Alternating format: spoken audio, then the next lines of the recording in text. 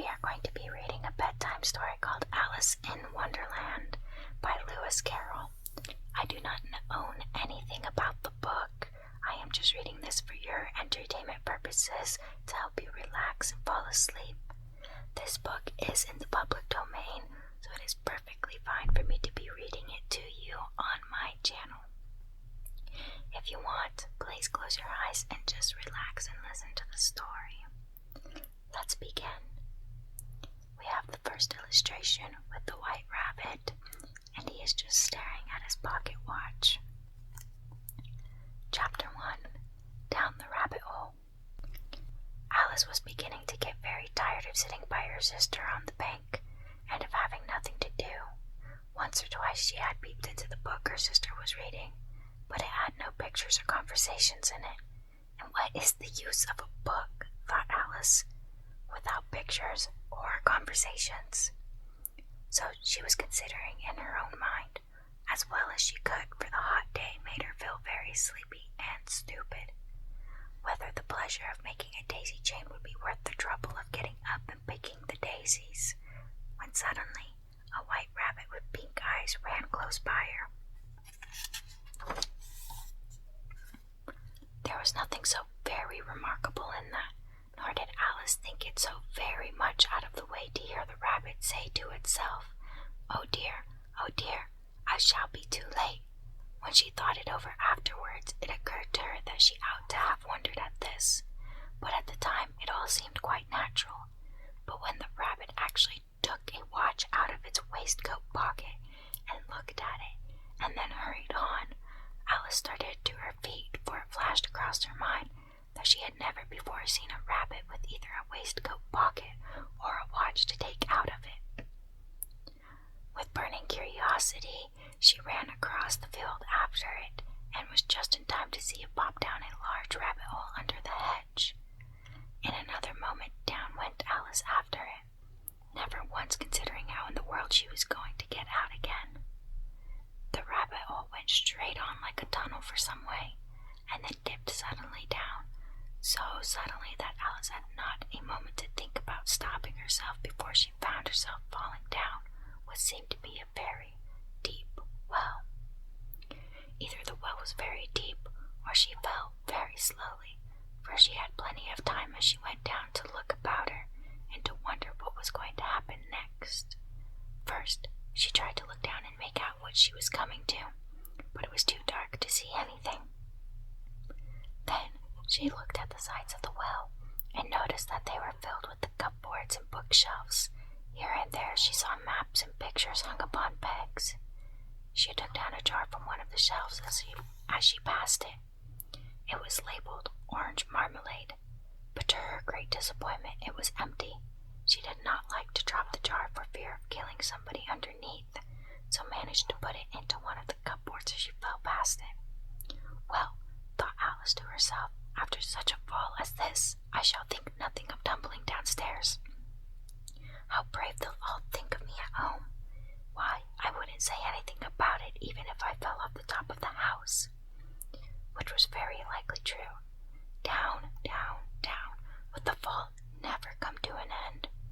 I wonder how many miles I've fallen by this time, she said aloud. I must be getting somewhere out near the center of the earth. Let me see, that would be 4,000 miles down, I think. For you see, Alice had learnt several things of this sort in her lessons in the schoolroom.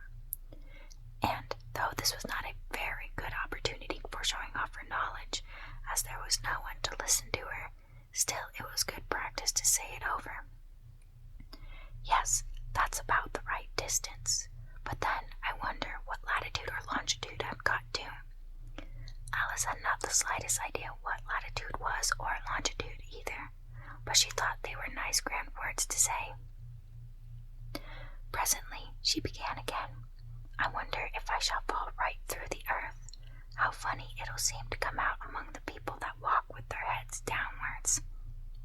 The antipathies, I think. She was rather glad there was no one listening this time, as it didn't sound at all the right word. But I shall have to ask them what the name of the country is, you know. Please, ma'am, is this New Zealand or Australia? and she tried to curtsy as she spoke. Fancy curtsying as you're falling through the air. Do you think you could manage it? And what an ignorant little girl she'll think me for asking. No, it'll never do to ask. Perhaps I shall see it written up somewhere. Down, down, down. There was nothing else to do, so Alice soon began talking again. Tina will miss me very much tonight, I should think. Tina was the cat. I hope they'll remember her saucer of milk at tea time. Tina, my dear, I wish you were down here with me. There are no mice in the air, I'm afraid, but you might catch a bat, and that's very like a mouse, you know. But do cats eat bats, I wonder? And here Alice began to get rather sleepy and went on saying to herself in a dreamy sort of way, do cats eat bats? Do cats eat bats? And sometimes do bats eat cats? For you see, as she couldn't answer either question, it didn't much matter which way she put it. She felt that she was dozing off and had just begun to dream that she was walking hand in hand with Tina and was saying to her very earnestly, Now, Tina, tell me the truth. Did you ever eat a bat? When suddenly, thump, thump, down she came upon a heap of sticks and dry leaves, and the fall was over. Alice was not a bit hurt, and she jumped up onto her feet in a moment. She looked up, but it was all dark overhead. Before her was another long passage, and the white rabbit was still in sight, hurrying down it. There was not a moment to be lost. Away went Alice like the wind, and was just in time to hear it say, as it turned around a corner, Oh, my ears and whiskers, how late it's getting. She was close behind it when she turned the corner, but the rabbit was no longer to be seen. She found herself in a long, low hall which was lit up by a row of lamps hanging from the roof.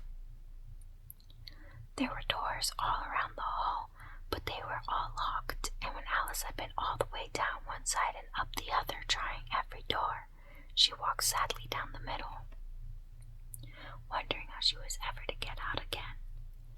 Suddenly she came upon a little three-legged table, all made of solid glass.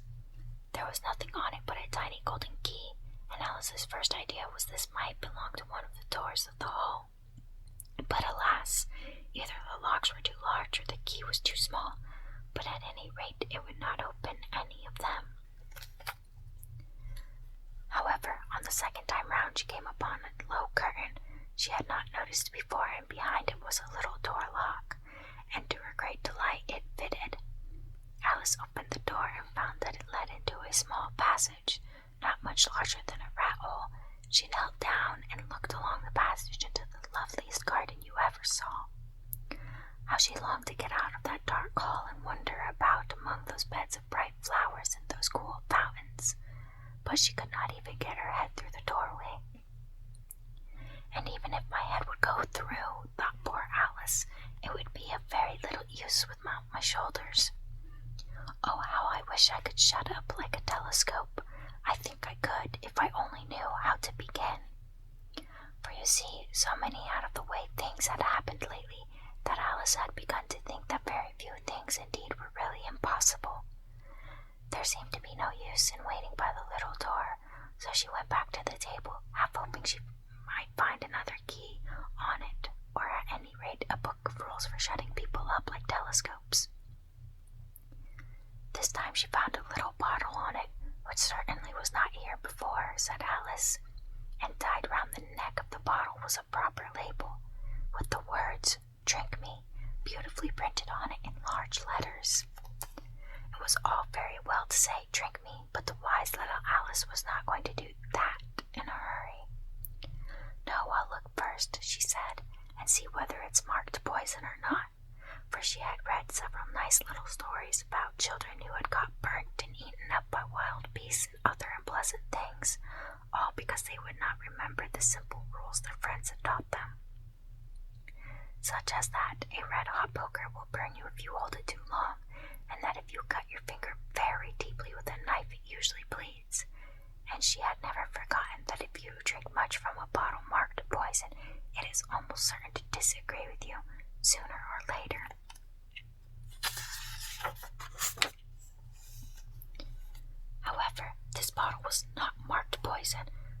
Alice ventured to taste it, finding it very nice.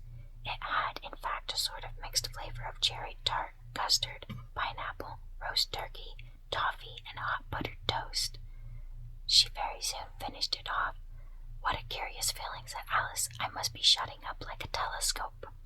And so it was indeed. She was now only 10 inches high, and her face brightened up at the thought that she was now the right size for going through the little door into that lovely garden. First, however, she waited for a few minutes to see if she was going to shrink any further. She felt a little nervous about this, for it might end, you know, said Alice to herself. Am I going out altogether like a candle? I wonder what I should be like then. As she tried to fancy what the flame of a candle looks like after the candle is blown out, for she could not remember having seen such a thing. After a while, finding that nothing more happened, she decided on going into the garden at once. But alas for poor Alice, when she got to the door, she found she had forgotten the little golden key, and when she went back to the table for it, she found she could not possibly reach it. She could see it quite plainly through the glass, and she tried her best to climb up one of the legs of the table. But it was too slippery, and when she had tired herself out with trying, the poor little thing sat down and cried. Come, there's no use in crying like that, said Alice to herself, rather sharply. I advise you to leave off this minute. She generally gave herself very good advice, though she very seldom followed it, and sometimes she scolded herself so severely as to bring her tears into her eyes.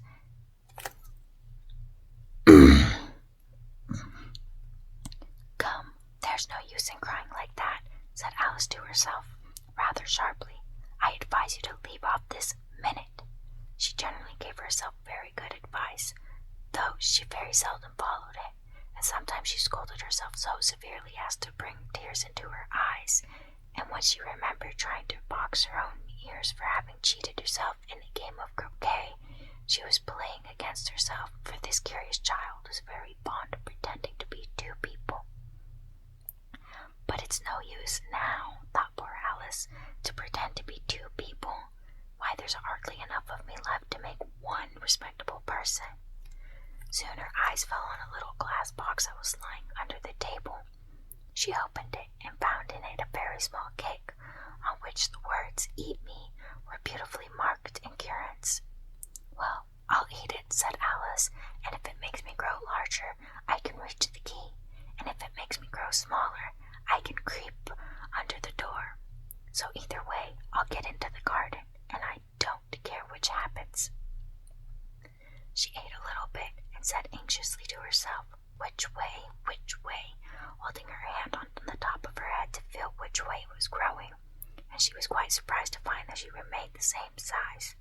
To be sure, this is what generally happens when one eats cake, but Alice had got so much into the way of expecting nothing but out of the way things to happen, that it seemed quite dull and stupid for life to go on in the common way, so she set to work and very soon finished off the cake.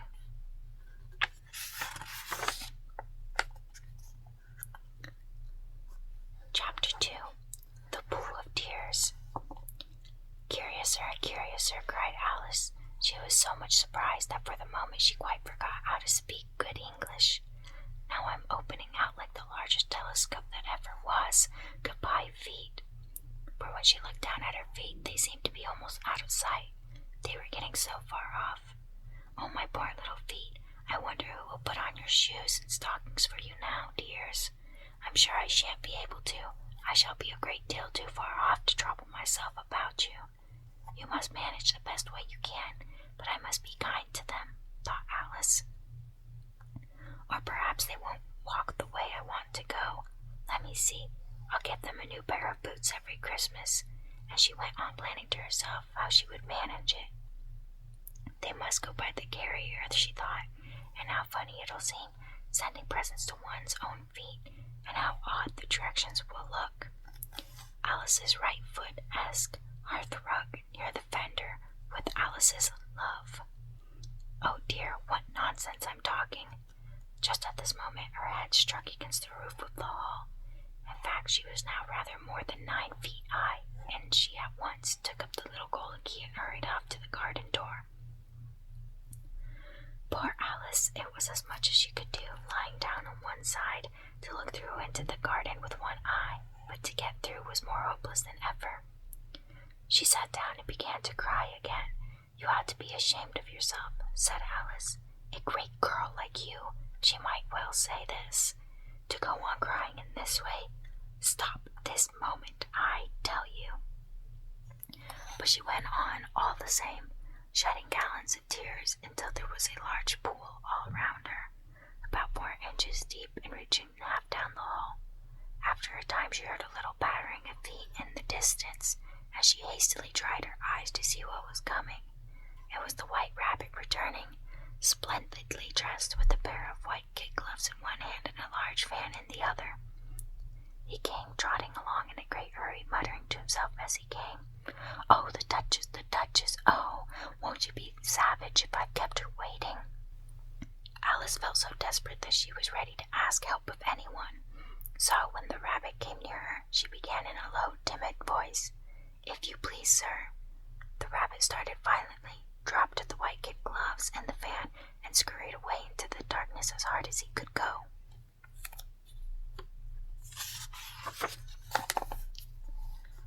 Alice took up the fan and gloves, and as the hall was very hot, she kept fanning herself all the time she went on talking. "Dear, dear, how queer everything is today, and yesterday things went on just as usual. I wonder if I've been changed in the night. Let me think, was I the same when I got up this morning? I almost think I can remember feeling a little different. But if I'm not the same, the next question is, who in the world am I? Ah, that's the great puzzle." And she began thinking over all the children she knew that were the same age as her to see if she could have been changed for any of them. "I'm sure I'm not Ada," she said, "for her hair goes in such long ringlets, and mine doesn't go in ringlets at all. And I'm sure I can't be Mabel, for I know all sorts of things, and she knows such a very little. Besides, she's she, and I'm I, and, oh dear, how puzzling it all is. I'll try if I know all the things I used to know. Let me see, 4 times 5 is 12, and 4 times 6 is 13, and 4 times 7 is... Oh dear, I shall never get to 20 at that rate. However, the multiplication table doesn't signify. Let's try geography. London is the capital of Paris, and Paris is the capital of Rome, and Rome... No, that's all wrong. I'm certain I must have been changed for Mabel. I'll try and say, how doth the little..." And she crossed her hands on her lap as if she were saying lessons, and began to repeat it. But her voice sounded hoarse and strange, and the words did not come the same as they used to. "How doth the little crocodile improve his shining tail, and pour the waters of the Nile on every golden scale? How cheerfully he seems to grin, how neatly spreads his claws, and welcomes little fishes in with gently smiling jaws." "I'm sure those are not the right words," said poor Alice, and her eyes filled with tears again as she went on. "I must be Mabel after all, and I shall have to go and live in that poky little house, and have next to no toys to play with, and oh, ever so many lessons to learn. No, I've made up my mind about it. If I'm Mabel, I'll stay down here. It'll be no use their putting their heads down and saying, 'Come up again, dear.' I shall only look up being that person. I'll come up. If not, I'll stay down here till I'm somebody else." "But oh dear," cried Alice, with a sudden burst of tears, "I do wish they would put their heads down. I am so very tired of being all alone here." As she said this, she looked down at her hands and was surprised to see that she had put on one of the rabbit's little white kid gloves while she was talking. "How can I have done that?" she thought. "I must be growing small again."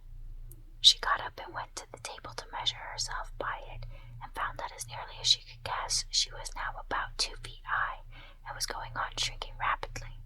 She soon found out that the cause of this was the fan she was holding, and she dropped it hastily, just in time to save herself from shrinking away altogether.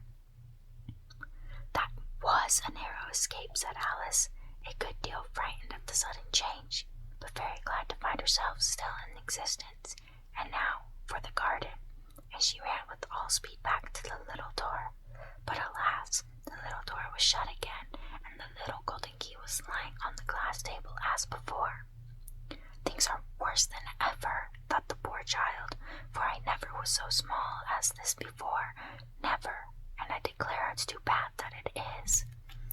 As she said these words, her foot slipped, and in another moment, splash, she was up to her chin in salt water.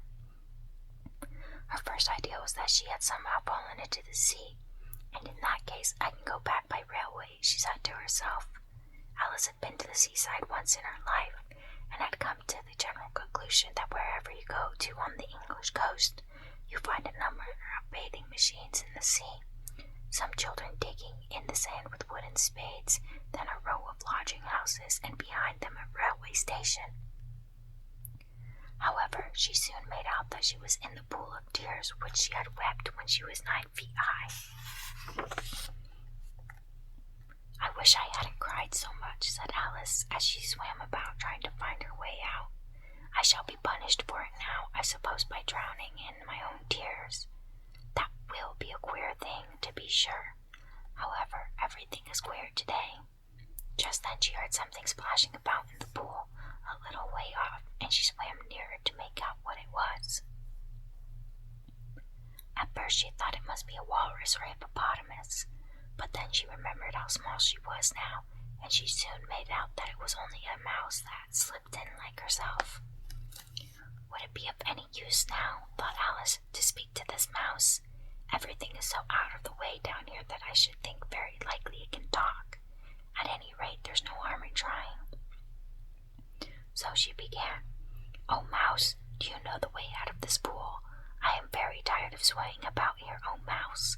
Alice thought this must be the right way of speaking to a mouse.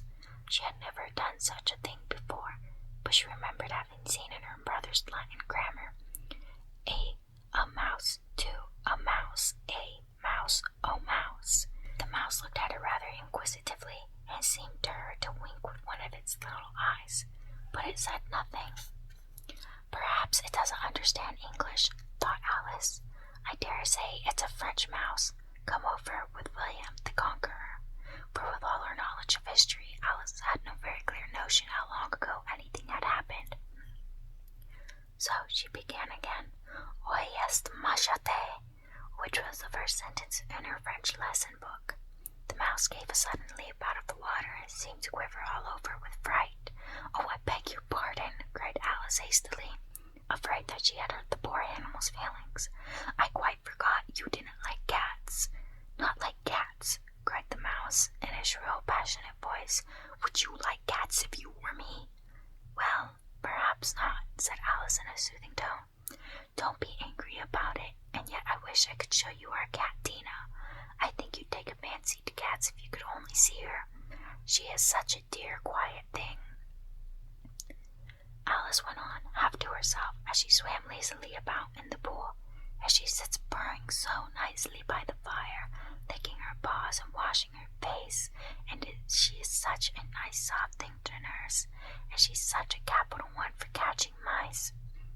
Oh, I beg your pardon, cried Alice again, for this time the mouse was bristling all over, and she felt certain it must be really offended.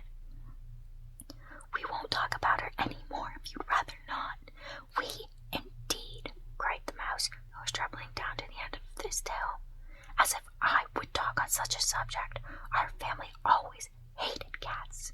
Nasty, low, vulgar things. Don't let me hear the name again.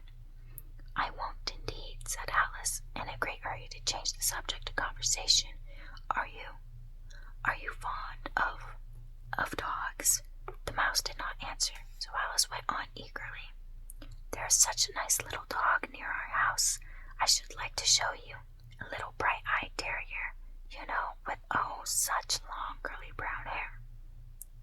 And it'll fetch things when you throw them, and it'll sit up and beg for its dinner, and all sorts of things.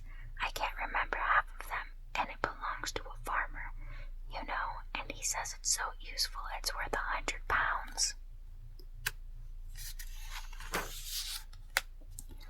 He He says it kills all the rats and— "Oh dear," cried Alice in sorrowful tone, "I'm afraid I've offended you again." For the mouse was swimming away from her as hard as it could go, and making quite a commotion in the pool as it went. So she called softly after it, "Mouse dear, do come back again, and we won't talk about cats or dogs either if you don't like them." When the mouse heard this, it turned round and swam slowly back to her.